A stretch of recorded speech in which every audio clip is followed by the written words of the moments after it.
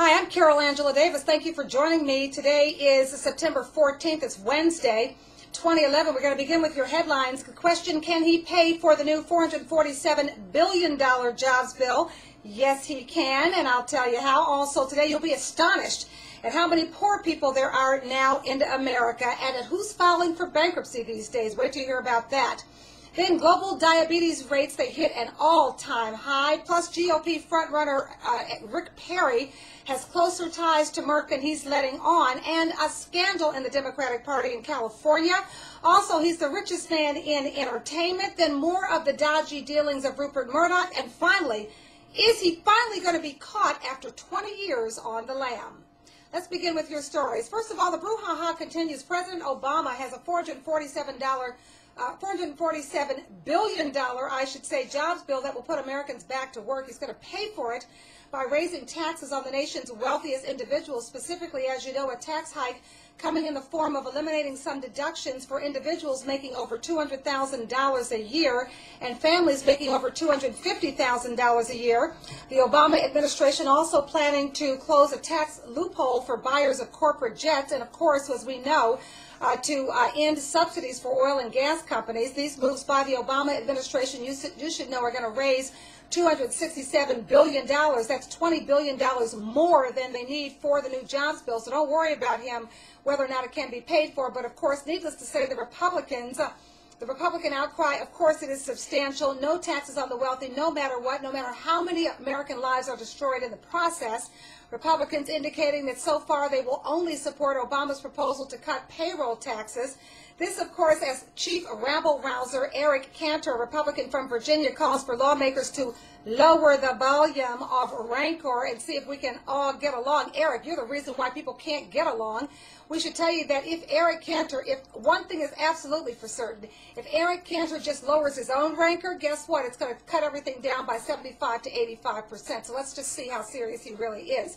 Cantor goes on to suggest that there will not be Republican support for the jobs bill because Republicans are against a, quote, massive tax increase at the end of 2012 on job creators. We're trying to figure out who they are, of course, because these are the same job creators that, of course, created no net new jobs in August. They're not working very hard at their job creator job, Eric.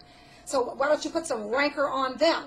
But Republicans, of course, should now know that their policies of putting the burden of fixing the economy on the poor and the middle class are extremely effective. They're working because guess what, folks? Now the U.S. economy is so bad that the poverty rate has now hit 15%, meaning the rich are still getting richer, folks.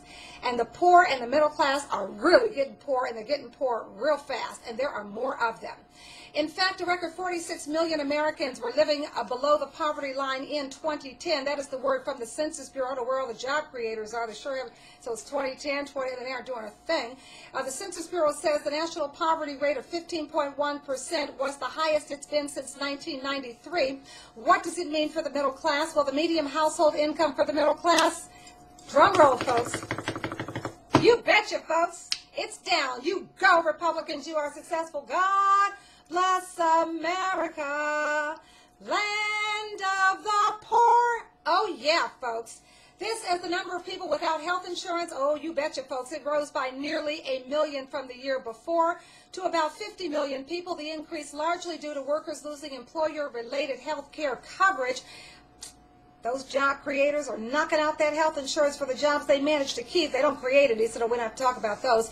Many key provisions you should know of President Obama's health care program do not take effect until 2014. That's when we'll finally get some health care relief. Now, as this goes on, the news for college grads looks dim, folks. Can you believe that the big increase in bankruptcy filings is due to college graduates, folks? That's right, folks.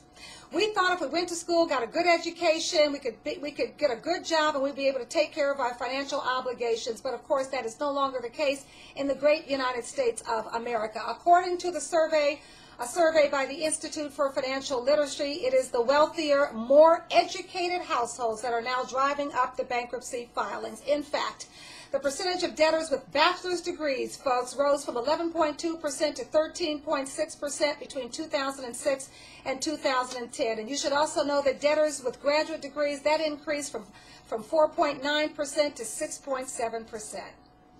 In the same span, there was a decline in the percentage of bankruptcy filers who didn't finish college, though they still account for about 1/3 of all bankruptcies.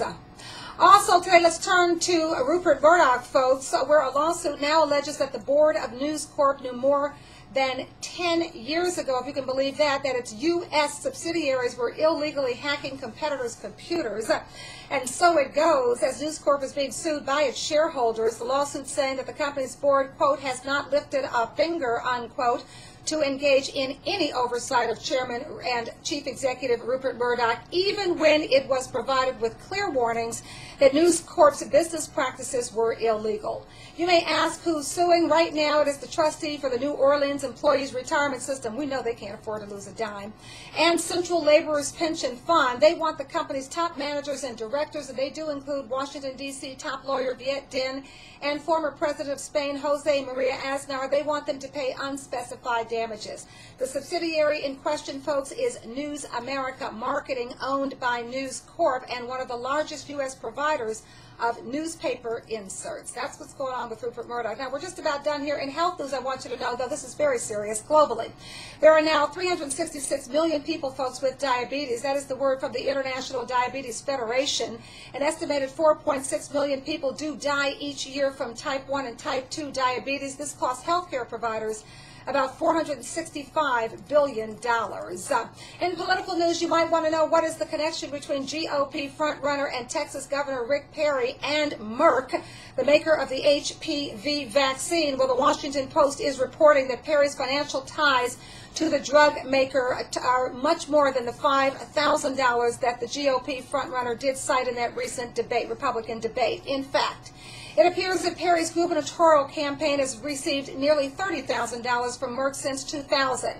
So that's not a problem, you may say. Well, what about this?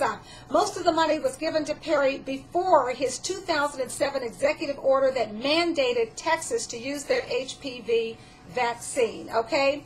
And about that order, you should know that Mike Toomey, Perry's former chief of staff, while he was working as an Austin-based lobbyist, folks, he was a lobbyist at the time, okay? He is now he is one of the founders of the pro-Perry PAC, Make Us Great Again, and the us, emphasis on the us, because he's not talking about you and I. Follow the money, folks. That PAC can accept unlimited donations and wants to raise more than $55 million to help Perry win that GOP nomination. And there's more. You should also know that Merck has also reportedly given more than $355,000 in donations to the Republican Governors Association since 2006.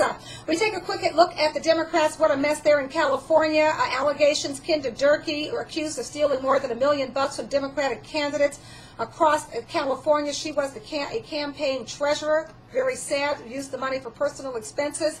We should also tell you in entertainment, Tyler Perry is raking in the cash. He's now the highest earning man in entertainment, according to Forbes. Perry earning $130 million between May 2010 and May 2011 and beating out producers Jerry Bruckheimer and Steven Spielberg for the honor of the top earner. Finally, in crime, we should tell you it took them 20 years, but they finally think they got him. We're talking William Millar, the founder of Computerland. He's been on the lam for 20 years. Reportedly, he's been located at Grand Cayman Island in the Caribbean. Last seen by the feds in 1990 on the Pacific island Saipan. He's 79 years old now. The question, will he go to jail for not paying a $100 million tax judgment? He may not go to jail, folks, because authorities say his alleged tax evasion will be difficult to nail down. They're calling it one of the most sophisticated and complicated cases of offshore asset structure they've ever seen. Apparently, he's had more than 20 years to move money all over the world. Did he give anything to charity?